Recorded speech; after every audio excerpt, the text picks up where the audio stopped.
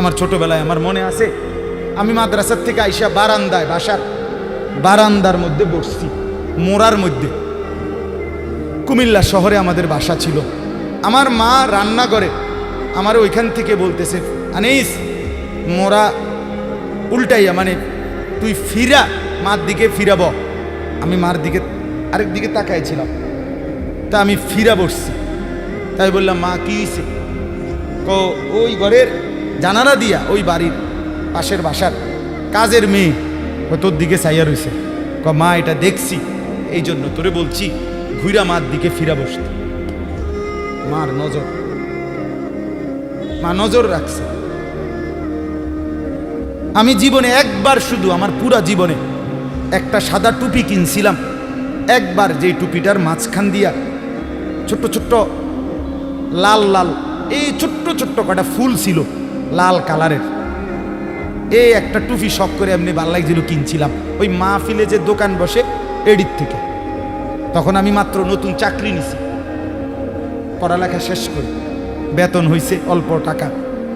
বাড়িতে গেছি, আমার আব্বা এটা দেখছে, দেখে বিকালবেলা আমার মারে কইতেছে, হেতে যে চাকরি হয়েছে পয়সা হয়েছে বুঝছো নি? মারে বলছি, মায়ে কয় না, কি তো হয়েছে? টুপি দেখছো না, টুপি দেখো না, রঙ্গিলা টুপি পিনছে, বুঝাই তো যায় ভূতের বেতন হয়েছে, চাকরি হয়েছে। রাত্রে আসার পরে মা, আমি বাহিরের থেকে আসছি, আরে মা আমারে বলছে, ফুত তোর আব্বা মনে হয় টুপিটা পছন্দ করে না, সারা জীবন তোরে সাদা টুপি পরাইছে, তুই কিনলে গায়ে লাল ফুলওয়ালা টুপিটা কিনলি। এই যে খুলে রাখছি, আর কোনোদিন পড়িনি। বাবার নজর, মার নজর। আমার ভাই, বাপ মার সেই আদর সোহাগ। আমি জীবনে একবার আমার আব্বারে বলছিলাম, আব্বা আমি একটা মাদ্রাসার ব্যাপারে, যে আমি এই মাদ্রাসায় পড়তাম না, আমরা অন্য মাদ্রাসায় ভর্তি করার।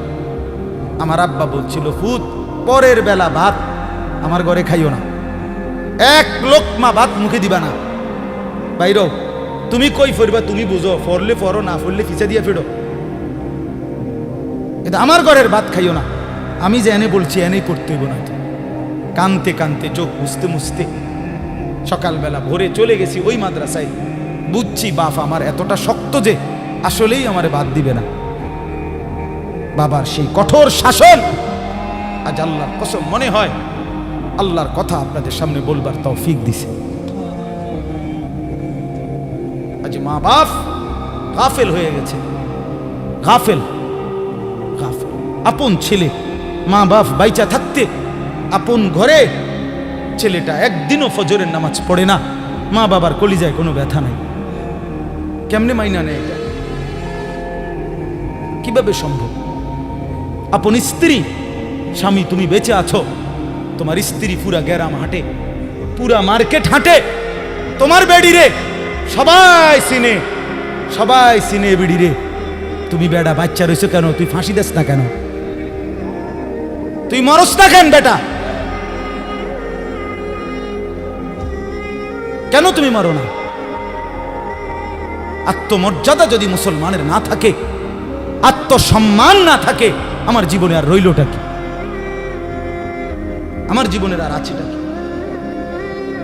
এজন্য ছেলেদেরকে বলি, বাপ দিন শিখো, আল্লাহর কোরআন শিখো, নামাজকে ভালোবাসো, চেহারা সুন্দর হবে, আখলাক সুন্দর হবে, দুনিয়াতেও সুখ মিলবে, আখেরাতেও সুখ মিলবে। এই বন্ধুর কথা ফেলে দিও না।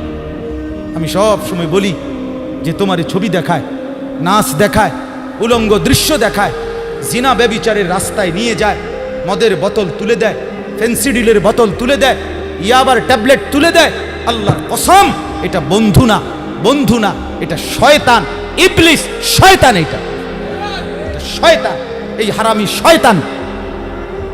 যেই মেয়ে তোমারে বিবাহ বহির্ভূত, যেই মেয়ের সাথে প্রেম করো, এই মেয়ে মেয়ে না, এটা সরাসরি ইবলিস, এটা শয়তান, শয়তান। এটা তোমারে ভালো করবে না। কোরআনে আছে কিয়ামতের দিন অসৎ বন্ধুর কারণে বহু নাফরমান জাহান্নামী পাপী নিজের আঙ্গুল এইভাবে দাঁত দিয়া কামড়াবে, কামড়াইয়া ছিঁড়ে ফেলবে। ইয়াউমা ইয়াআদ্দু যালিমু আলা ইয়াদাইহি, এই আয়াত।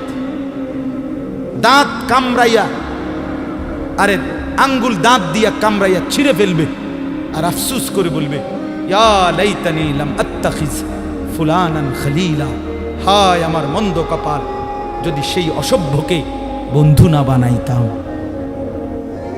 আল্লাহ নবী সাল্লাল্লাহু আলাইহি সাল্লামের চুল মুবারকের মতো চুল রাখবেন কোন দিন? নবী সাল্লাল্লাহু আলাইহি সাল্লামের মতো চেহারা বানাবেন কোন দিন? নবী সাল্লাল্লাহু আলাইহি সাল্লামের মতো পোশাক, সাহাবীদের মতো পোশাক পরবেন কোন দিন? নবী সাল্লাল্লাহু আলাইহি সাল্লাম যেভাবে ঘুমাতেন সেই ঘুমাবেন কোন দিন? নবী সাল্লাল্লাহু আলাইহি ওয়াসাল্লাম যেভাবে স্ত্রী ছেলে মেয়ের সাথে সংসার করতেন সেটা করবেন কোন দিন? নবী সাল্লাল্লাহু আলাইহি সাল্লাম 5 ওয়াক্ত নামাজ পড়তেন, সেটা শুরু করবেন কোন দিন? নবী সাল্লাল্লাহু আলাইহি সাল্লামের স্ত্রী মেয়েরা শতভাগ পর্দা করতেন, সেটা আপনি শুরু করবেন কোন দিন?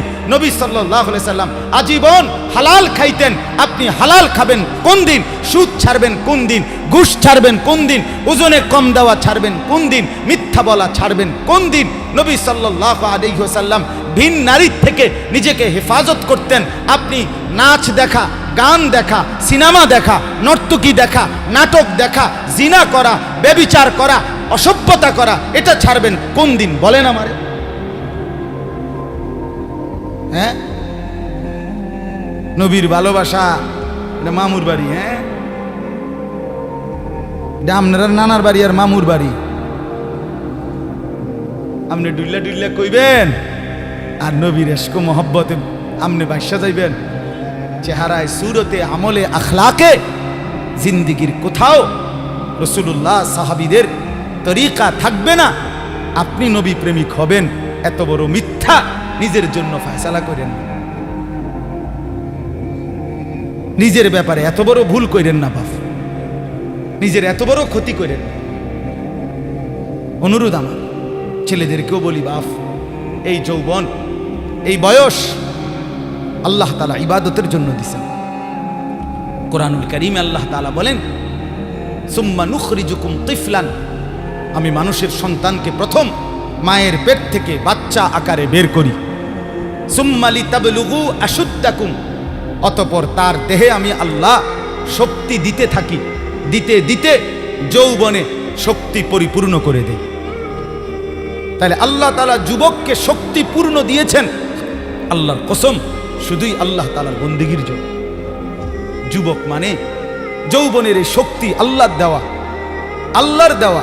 আপনারা ভাবেন তো, কারো যদি 1 ঘন্টায় বা 2 ঘন্টায় 6 বার 7 বার পেটে অসুখ হয়, পায়খানায় যায়, এরপরে তো শক্ত সামর্থ্য যুবকটা বিস্তার শুয়ে যায়, ঠিক কিনা বলেন? আপনি বলেন তো কেন বড়াই করছেন? আপনার কি হইছে? আপনার তো হাত খুললে গেছে, না পাও খুললে গেছে, না নাক ফুরিয়ে গেছে, কিচ্ছু তো হয় নাই। পায়খানা না বাইরিছে, দুর্গন্ধযুক্ত পায়খানা পেটের থেকে বাইরিছে। তুই বেটা এত দুর্বল, সামান্য পায়খানাই তোমার শরীর থেকে একটু বেশি বাইরিয়ে গেলে তুমি হুত্যা লাও, তুমি নি মাতবুরি দেখাও। এই অপদার্থ, তুমি অহংকার করো কেমনে? কথা বলেন, আমি বড়াই দেখাই কেমনে যে আমি সামান্য পায়খানা, এটার কাছে আমি এত দুর্বল? আমার কি বড়াই করা সাজে? তাহলে আমাদের প্রতি সেকেন্ডের সুস্থতা, আমাদের শক্তি সবল, এটা তো আল্লাহর দান। কার দেওয়া বলেন না? আল্লাহর দান। আল্লাহর দেওয়া সেই শক্তি, আল্লাহর দেওয়া সেই বল, আল্লাহর দেওয়া সেই সাহস, আল্লাহর দেওয়া সেই যৌবন আমার ভাই কেন না ফরমানের মধ্যে ব্যয় করে? কেন? আমি একটা ছোট্ট উদাহরণ দেই, এই কোরবানি সম্পর্কিত উদাহরণ, একটু মনোযোগ দিয়ে শুনেন। ওই যে যেখান থেকে কোরবানি শুরু, আদম আলাইহিস সালামের 2 ছেলে হাবিল কাবিল, জানেন না আপনারা? আমি পুরো ঘটনা বলতেছি না। তো আল্লাহ তাআলা 2 জনকে বলছে কোরবানি দিতে, এই প্রথম কোরবানি। ওয়ালিকুল্লি উম্মাতিন জাআলনা মানসাকান, এই সূরা হজ্জের মধ্যে আছে। আল্লাহ তাআলা বলেন, আমি প্রত্যেক জাতির জন্য কোরবানির হুকুম নির্ধারণ করেছি, একেবারে প্রথম থেকে, আদম আলাইহিস সালামের জামানা থেকে। তো আল্লাহ তাআলা বলেন, ওয়াতলু আলাইহিম নাবা আবনাই আদম বিল হক, হে নবী, আদমের 2 সন্তানের কোরবানির ঘটনাটা আপনি সঠিকভাবে আমার বান্দাদেরকে শুনান। কোরআনে আছে। তো এই আদমের দুই ছেলে হাবিল কাবিল ইজ কাররাবা কুরবানান, আল্লাহ বলেন তারা দুই ভাই যখন কুরবানি দিলেন, ফাতুকুব্বিলা মিন আহাদিহিমা, একজনের কুরবানি কবুল হলো, আলাম ইউতাকাব্বাল মিনাল আখার, আরেকজনের কুরবানি কবুল হলো না। ক্বালা লা আকতুলান্নাক, এই কথাটা খেয়াল করেন, কথাটা শুনেন। যে ভাইয়ের কোরবানি কবুল হয় নাই তার নাম হলো কাবিল, আর যার কোরবানি কবুল হয়েছে তার নাম কি? হাবিল। তো এই কাবিল যার কোরবানি কবুল হয় নাই, সে তার ভাই হাবিলকে বলল লা আকতুলান্নাকা, আমি তোকে মেরেই ফেলব। নাউযুবিল্লাহ। এই কথাটা একটু খেয়াল করেন। কাবিল বলল আমি তোকে মেরেই ফেলবো, হাবিলকে বলছে আমি তোকে মেরেলাম। মানে কি? মানে হইল আমি যেই নারীর প্রতি আসক্ত, নারীর লোভ, আমি তোকে মেরে ফেলবো প্রয়োজনে, এরপরও আমি যাকে চাচ্ছি আমি তাকেই বিয়ে করব। মূল কথা হইল এটা, নারীর লোভ কাবিলকে এ কথা বলায় ফেলছে, আমি তোকে মেরে ফেলবো, বিয়ে আমি করবই, আমি এই নারীকেই বিয়ে করব। অথচ এই নারীকে বিয়ে না করতে নিষেধ করছে এক নম্বরে সরাসরি আল্লাহ, কারণ এটা আল্লাহর হুকুম। বিয়ের যেই পদ্ধতিটা আল্লাহ বলছে, কাবিল তার উল্টাটা করছে, চাচ্ছে, তাহলে এটা প্রথম কার হুকুম? দুই নাম্বার, আদম আলাইহিস সালাম উনি একজন নবী কিনা, তাহলে এটা নবীরও হুকুম। তিন নাম্বার, আদম আলাইহিস সালাম এই কাবিলের বাপ কিনা, এটা বাবারও হুকুম। চার নাম্বার, কোরবানি করো দোনোজনে, যারটা কবুল হবে তার সে বিয়ে করবে, এটা হলো আল্লাহর বিধান, মানে শরীয়ত। এটা কি? শরীয়ত।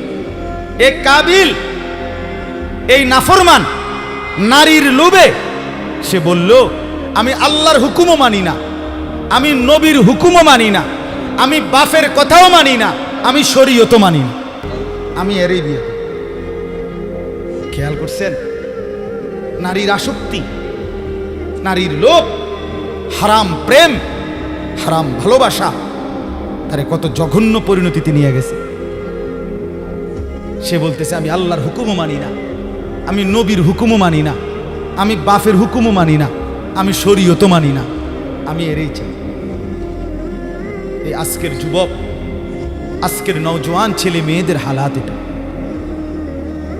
আমি আল্লাহকে মানি না, আমি রসুল মানি না, আমি মা বাবার সম্মান ইজ্জত, বংশের মর্যাদা, গ্রামের ইজ্জত কিচ্ছু মানি না। আমার দরকার আমার মোবাইল, আমার অশ্লীল ছবি, অবৈধ প্রেম, হারাম ভালোবাসা, কোনো মেয়ের সম্পর্ক, জিনা ব্যভিচারের সুযোগ, অশ্লীলতা, বেহায়াপনা, পার্ক, রেস্তোরাঁ, বিনোদন কেন্দ্র, হোটেল মোটেল, অথবা কোনো চিপা গল্লি, অথবা গোপন কোনো অসভ্য জায়গা। আমার দরকার নারী। আমি আল্লাহ মানি না, রসুল মানি না, মা বাপ মানি না, শরীয়ত মানি না, আমি চাই নারীর আসক্তি। এই জন্য যুবক নামাজও পড়ে না, রসুলের বিধানও মানে না, মা বাপের সম্মানের দিকেও খেয়াল করে না, বংশ মর্যাদা, এলাকা, ইজ্জত কিচ্ছু নাই। তার কথা হলো আমার দরকার হলো নারী। নাউযুবিল্লাহ, নাউযুবিল্লাহ। কোরবানি আমাদেরকে শিখায়। তো হাবিল কি বলছে? ক্বালা ইন্নামা ইয়াতাকাব্বালুল্লাহু মিনাল মুত্তাকিন। হাবিল তখন বলল কাবিলকে, ভাই তুমি আমার জীবন নিয়ে নিবা, আমি আমার জীবন দিয়ে দিচ্ছি। তবে বন্ধু, হাবিল বলল ভাই আমার, আমি জীবন দিবাও তাতেও কোনো আফসোস নাই, তবে মৃত্যুর পূর্বে তোমাকে বলে যাই কিয়ামত পর্যন্তের জন্য একটা কথা। কি কথা? হাবিল বললেন ভাই আমার, কিয়ামত পর্যন্তের জন্য আমি বলে গেলাম, নিশ্চয়ই আল্লাহ কিয়ামত পর্যন্ত কুরবানি কবুল করবে তার, তাকওয়া থাকবে যার। ইন্নামা ইয়াতাকাব্বালুল্লাহু মিনাল মুত্তাকিন। হ্যাঁ, আল্লাহ ভীতি, আল্লাহর ভয়, গুনাহ থেকে পবিত্র জীবন, আল্লাহর ইবাদতওয়ালা জীবন, এটা যার, তার কোরবানি কবুল। এজন্য গুনাহ থেকে যে বাঁচে না, আল্লাহর ইবাদত যে করে না, আমনের কোরবানি কবুল হবে না। দৈন্তান নয় কান্না। এমনি গোস্ত খাইতেন পারবেন, জোশ হইব, গোস্ত জোশ হইব। রুডি খোলার দিলে রুডিও খোলার হইব, এটি ঠিক আছে, এটি অসুবিধা হইত না। অলিদ মরিচ দিলে এটি জোশ হইব, কিন্তু আসমানে যাবে না, আসমানে যাবে না, আল্লাহ কবুল করবে না। আল্লাহ কবুল করার জন্য আল্লাহ স্পষ্ট বলে দিছে, লান ইয়ানালাল্লাহা লুহুমুহা ওয়ালা দিমাউহা ওয়ালাকিন ইয়ানালুহুত তাকওয়া মিনকুম। বান্দা, গোশত আমি নেই না, রক্তও আমি নেই না, আমি শুধু তাকওয়া নেই। কি নেয়? কথা বলেন না। তাকওয়া মানে গুনাহমুক্ত জিন্দেগি। তাকওয়া মানে কি? গুনাহমুক্ত জিন্দেগি। তাকওয়া মানে ইবাদত যুক্ত জিন্দেগি। গুনাহ হবে না, ইবাদত ছুটবে না। কোরবানির গরু কিনতে গিয়া আমনে জোহরও পড়লেন না, আসরও পড়লেন না, মাগরিবও পড়লেন না, এশাও পড়লেন না। কোরবানির দিন আড্ডি কোবাইতে গিয়া আমনে জোহরও পড়লেন না, আসরও পড়লেন না, মাগরিবও পড়েন না। এরপরে আমনে যদি আইয়া এই মাইকেও কন আমি আল্লাহর জন্য কোরবানি দিছি, আমরা বুঝছি না। হ্যাঁ, আমরা সিরা খাই, কথা কয় না। আমরা কি সিরা খাই? হ্যাঁ, আমরা ভাত খাই না। আমি তো এই এখনো ভাত খাই আইছি ওই করিম মহিউদ্দিন নগর মাদ্রাসা। রোজা ছিলাম সারাদিন, মাগরিব পইরা ভাত খাইছি। আমরা কি সিরা ভাই? যে কোরবানি করতে গিয়ে আপনার এতগুলো নামাজ ছুটে গেল, এটা তো স্পষ্ট আপনি আল্লাহর জন্য কোরবানি দেন নাই। আল্লাহর জন্য কোরবানি দিলে নামাজ ছুটে গেল। কোরআন স্পষ্ট আছে।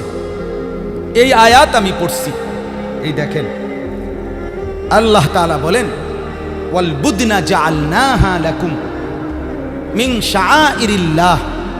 এই তরজমা বললেই আমার কথা শেষ। রাত বেশি হওয়াতে আমি লম্বা করলাম না, আমার ইচ্ছা ছিল লম্বা বলার। আল্লাহ তাআলা বলেন, ওয়াল বুদনা জাআলনাহা লাকুম মিন শাআইরিল্লাহ।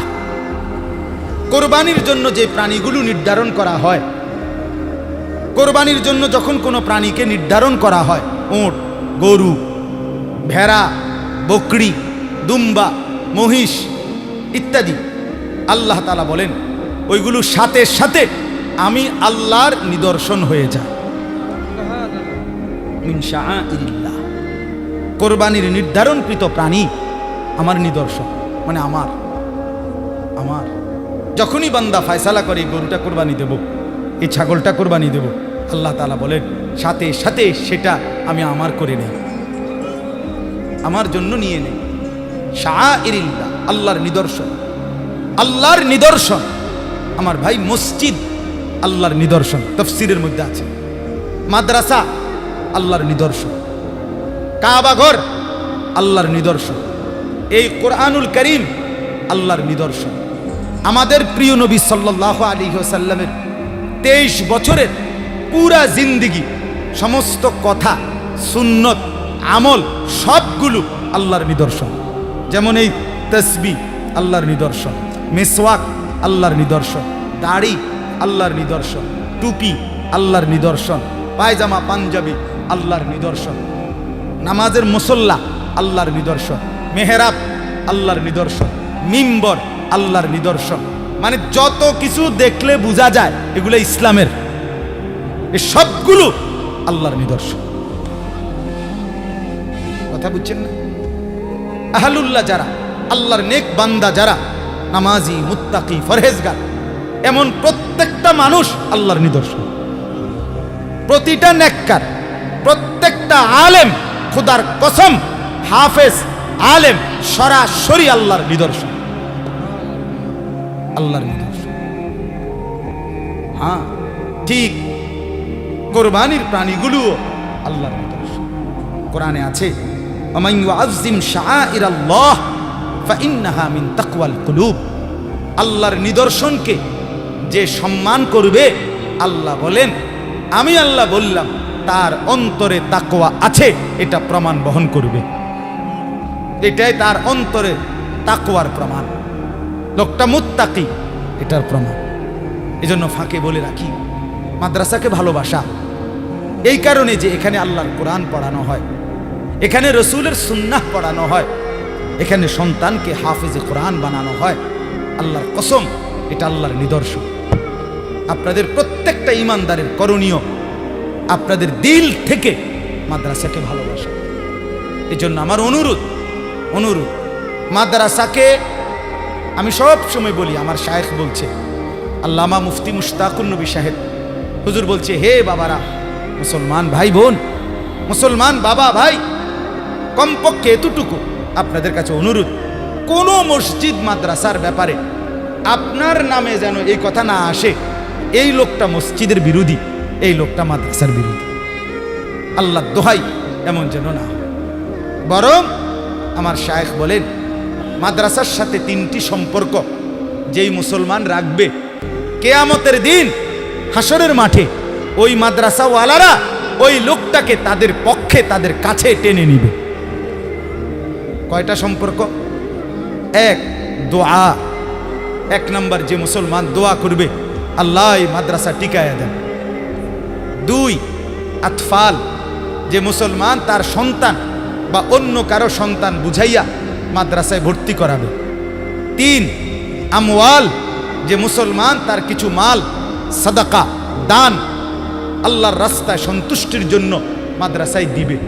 তাহলে দোয়া করলো, সন্তান দিল, দান করলো, এই 3টি জিনিস যে মাদ্রাসার সাথে সম্পর্ক রাখবে, হাসরের ময়দানে এই হাফেজ আলেমরা আশা করা যায় ওই ভাই, ওই চাচাকে হাসরের মাঠে ডাক দিয়ে বলবে, আপনি আমাদের সাথে দাঁড়ান, আপনি আমাদের সাথে দাঁড়ান। এই জন্য অনুরোধ আমার মুফতি আব্দুল কাইয়ুম ভাই ঢাকা বড় মসজিদে বড় মাদ্রাসায় পড়াইতেন। নিজ মহল্লার মহব্বতে এলাকায় খেদমত করবে, তার দিলে আসছে, এই জন্যই আসছে। অনেক বড় বড় ওলামায়ে কেরাম থেকে মশওয়ারা করেই এখানে আসছেন। আপনাদের কাছে আমার বিনীত অনুরোধ, প্রত্যেকের কাছে অনুরোধ, এটা আল্লাহর নিদর্শন। প্রতিটা মাদ্রাসা, যদি বলেন এত মাদ্রাসা হুজুর চারিদিকে, এতটি মাদ্রাসা দরকার নেই, আমনে আল্লাহ দোহাই করে বলেন, চাই এত মাদ্রাসা তো হয়েছে, ঠিক আছে, আপনার গাওড়া জ্বলতে আছে, কিন্তু টেলিভিশন সাউন্ড কমছিনি, কথা কন না, বিড়িখানা কমছিনি, গান বাদ্য, জিনা ব্যভিচার, মদ জুয়া কমছিনি। তো তাইলে এমন যদি হইতো যে হুজুর মানুষ তো সব জোনায়েত বাগদাদি হয়ে গেছে, আর কি দরকার মাদ্রাসা, মানুষ তো সব আল্লাহর রহমতে বাইজিদ বোস্তামি হয়ে গেছে, আর কীর্তেন মাদ্রাসা। আপনি বলেন, 1 মাসে একটা মাহফিল হলো, 1 বছরে একটা মাহফিল হয়, আল্লাহর কথা শুক্রবারে একদিন হয়, কিন্তু প্রতিদিন আপনাদের আমাদের ঘরে প্রতিদিন কত ঘন্টা টেলিভিশন চলে? কথাটা বুঝছেন না? বলেন তো, প্রতিদিন দুনিয়ার নাচ গান, অশ্লীলতা, বেহায়াপনা ঘরে ঘরে কত ঘন্টা হয়? তার মোকাবেলায় আল্লাহর কসম, এখনো মসজিদ, মাদ্রাসা, মাহফিল, ইসলাহি মজলিস, দ্বীনি মেহনত এখনো অনেক কম, অনেক কম, অনেক কম। অনেক গুনাহ যে পরিমাণ, নাফরমানি যে পরিমাণ, ঘরকে ঘর, ঘরকে ঘর। প্রতিদিন কল্পনা করেন কয়জন মুসলমান ফজরের নামাজ পড়ে আর পড়ে না? কয়জন বলেন না বাপ? এই ছেলেরা বলো না ভাই, আজ কতদিন হয় ফজরের নামাজ পড়ো না?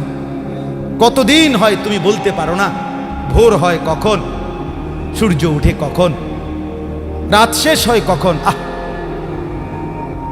কিতাবের মধ্যে আছে সকালবেলা ফজরের নামাজ পড়ে না যে ব্যক্তি, রাস্তার কুত্তা পর্যন্ত তারে দেখতেও চায় না। রাস্তার কুত্তা আল্লাহর কাছে বলে, আল্লাহ এমন বেঈমানের আমার সামনে পালায়েন না, আমার সামনে ফেলিয়েন না। হ্যাঁ, তাইলে বলেন না এখনো কি পরিমাণ মুসলমান নামাজ পড়ে না? বাজারের কয়টা দোকানে নামাজের ওয়াক্তে দোকানদার নামাজে যায় আর কয়টা দোকানদার যায় না? কি পরিমাণ দোকানে গান বাদ্য ডেকসেট চলতেছে রাতের বেলা, কত এলাকায়, কত জায়গায়, কত বাজারে, কত মার্কেটে, কত অঞ্চলে, কত জায়গায় জিনা, ব্যভিচার, পতিতাবৃত্তি, বেশ্যাবৃত্তি হয়ে থাকে, হয় কি না বলেন না কেন? এরা ফিরবে কখন? এদেরকে বাঁচাবে কে? এই বেনামাজি ভাইদেরকে বুঝাবে কে? বেহায়া নারী প্রতিদিন বাজারে কি পরিমাণ বেপর্দা নারী বাজারে আসে, এদেরকে বাঁচাবে কে?